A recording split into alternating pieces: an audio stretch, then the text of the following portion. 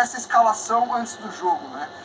Ela poderia ser usada. A questão ia ser a atitude dos jogadores, as características dos jogadores que fossem utilizados.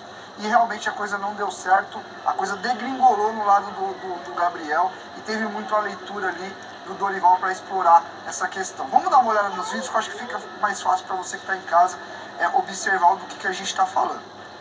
Primeiro aqui, ó, mostrar a questão do posicionamento, né? Como que o São Paulo ele colocou o time.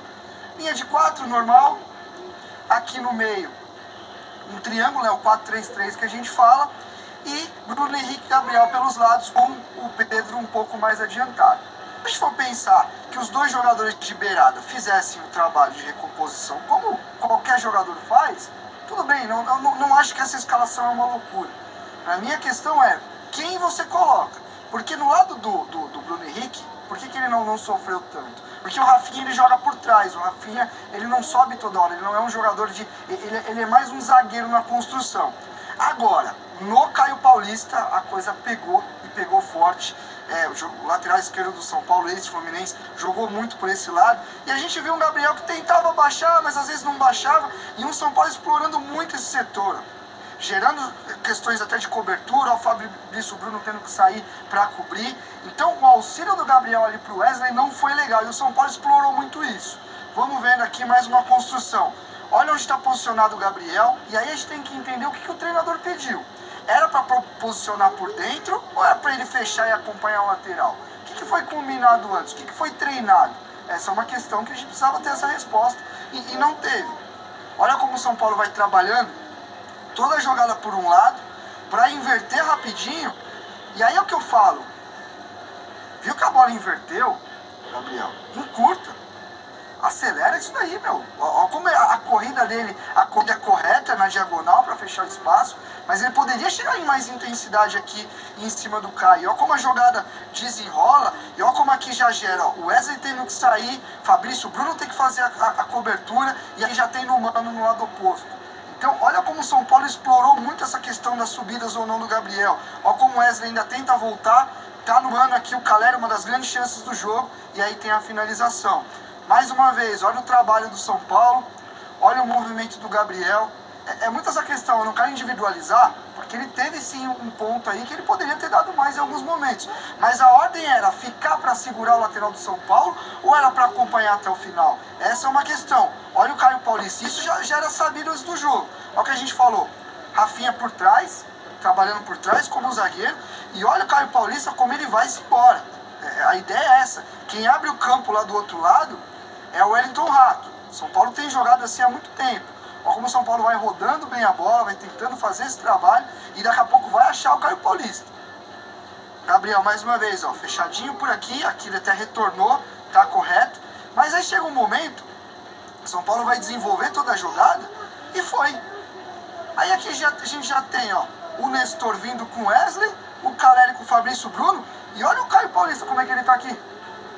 Tranquilaço, você tem ainda para sentar aqui e tomar um sol, tranquilão, de boa. A bola acaba não entrando nele, a bola é no Caleri, mas olha a situação de 2 contra 1 em cima do Wesley aqui. Se essa bola vem com um pouco mais de força, o Caio tinha tempo de dominar, finalizar, tinha toda a tranquilidade no jogo. Aí aqui o lance do gol, né?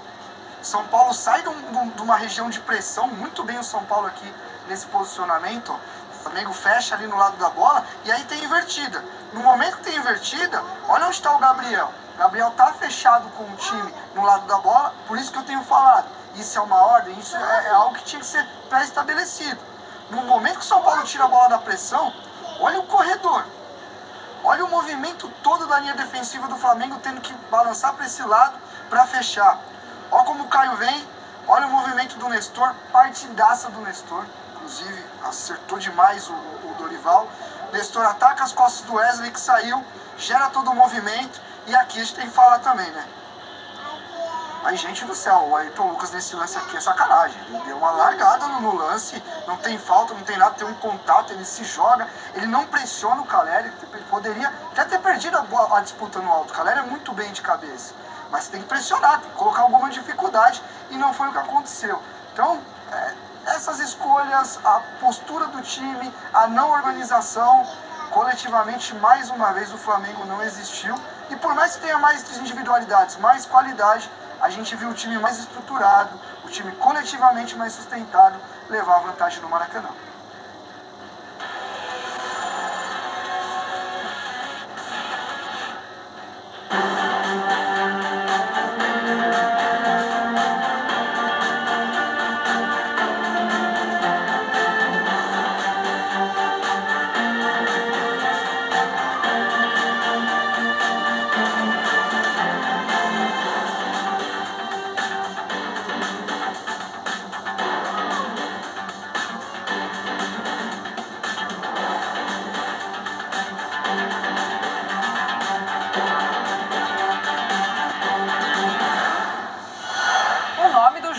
Caleri, e os números do jogador do São Paulo nessa partida contra o Flamengo. 90 minutos em campo, 1 gol, 2 chutes, 2 no alvo, 2 ações na área rival e 4 duelos aéreos vencidos.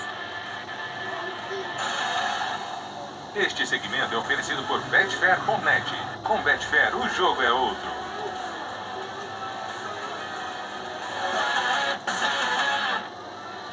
Vamos girar os nossos repórteres com o dia seguinte, tanto de Flamengo quanto de São Paulo. No meio de semana, inclusive, tem jogo pelo Campeonato Brasileiro, para só no outro domingo, a partida final de Copa do Brasil. Roberta Barroso e Vinícius Nicoletti já aqui com a gente. Começo com a Roberta e as notícias do Flamengo. Tudo bem, Beta? Um beijo para você, bem-vinda.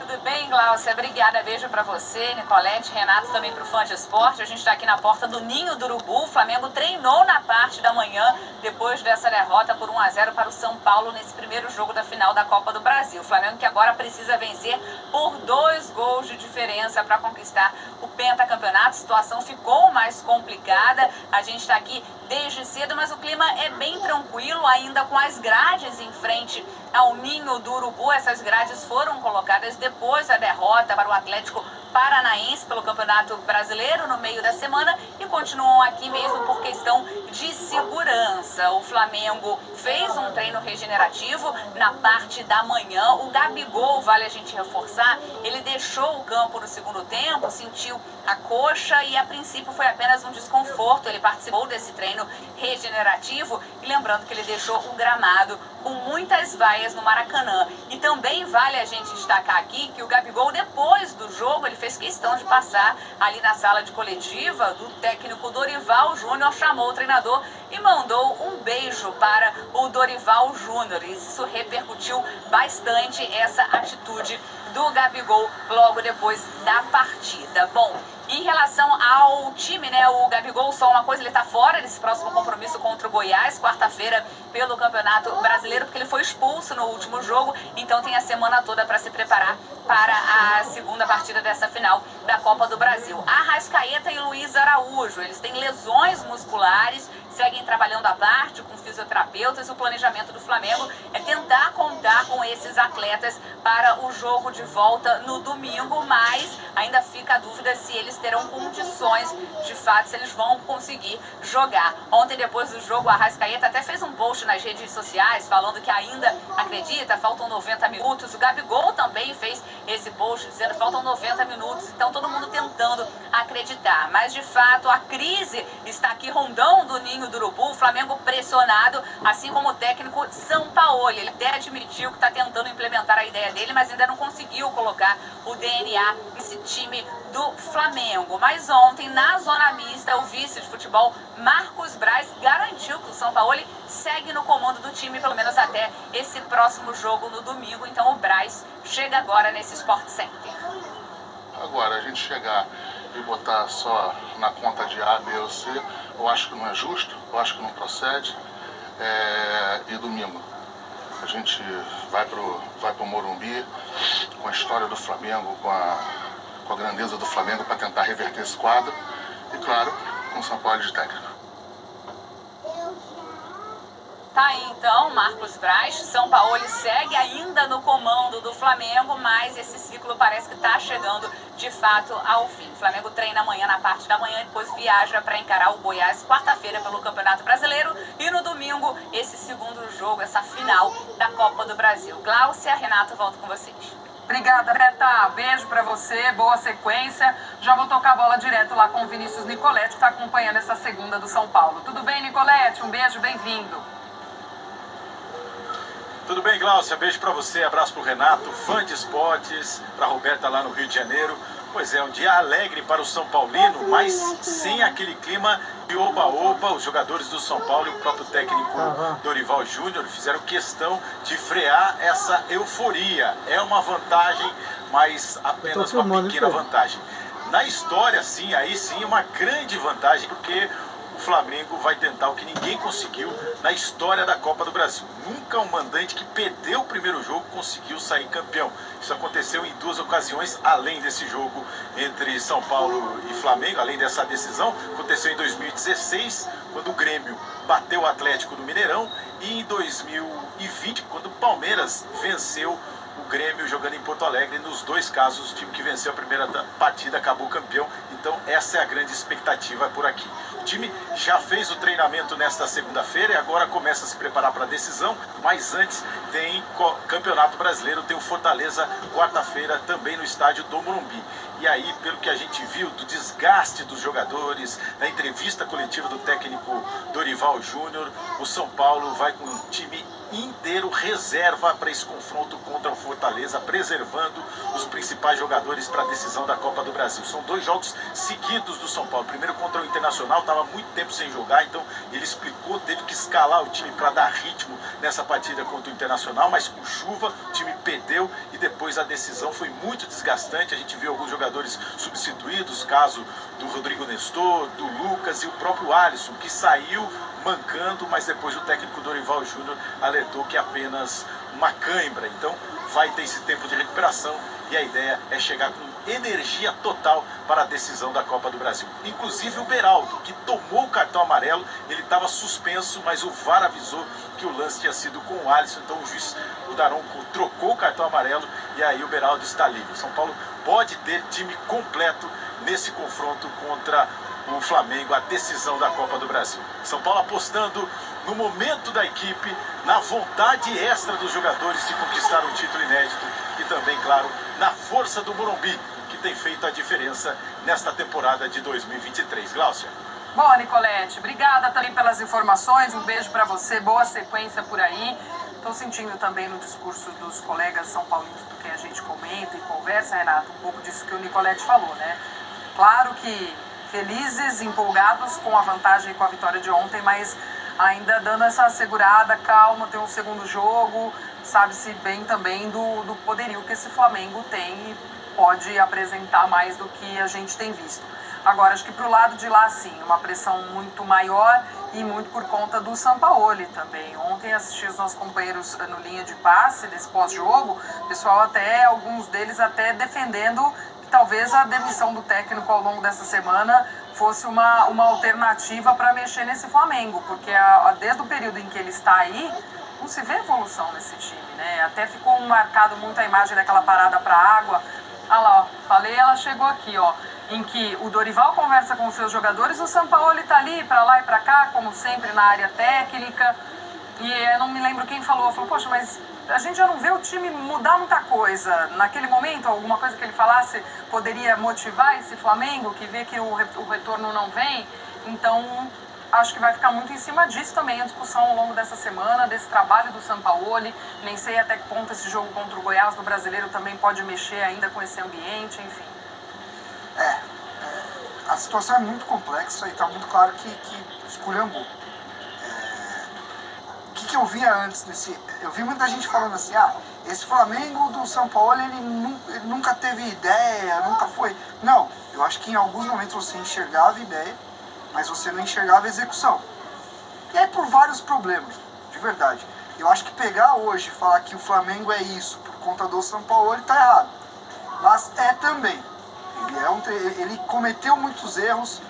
Contra o Atlético Paranaense já foi um negócio terrível. E aí eu falava você enxergava as ideias, mas não enxergava a execução.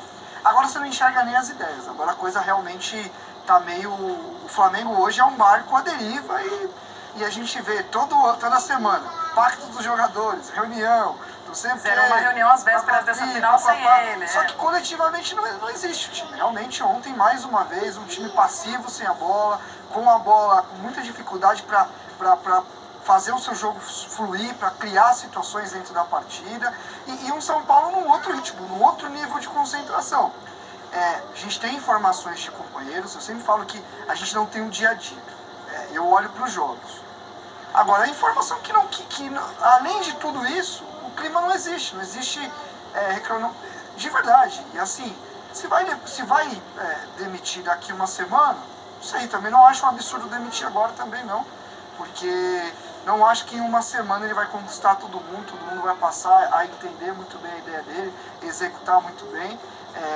Eu sempre tenho muita dificuldade em falar demite ou não demite, porque realmente eu não acho que a gente aqui do ar-condicionado tem, vamos dizer assim, propriedade para falar isso.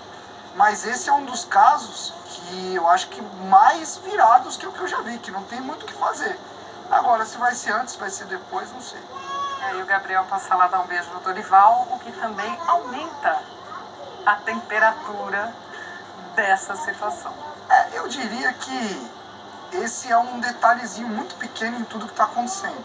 Mas é um detalhezinho importante. Que coloca um pouquinho mais de fogo, um pouco mais de conversa. Onde já tem muita conversa, você vai lá e coloca mais. De verdade, não tenho certeza se teve ali uma maldade, se não teve, enfim. Quem sou eu para julgar? Mas é o tipo de coisa de não faz, dá uma segurada, deixa né? pra lá, enfim. Mas, como eu disse, se o problema do Flamengo fosse esse, estava bom. Timeline pra gente.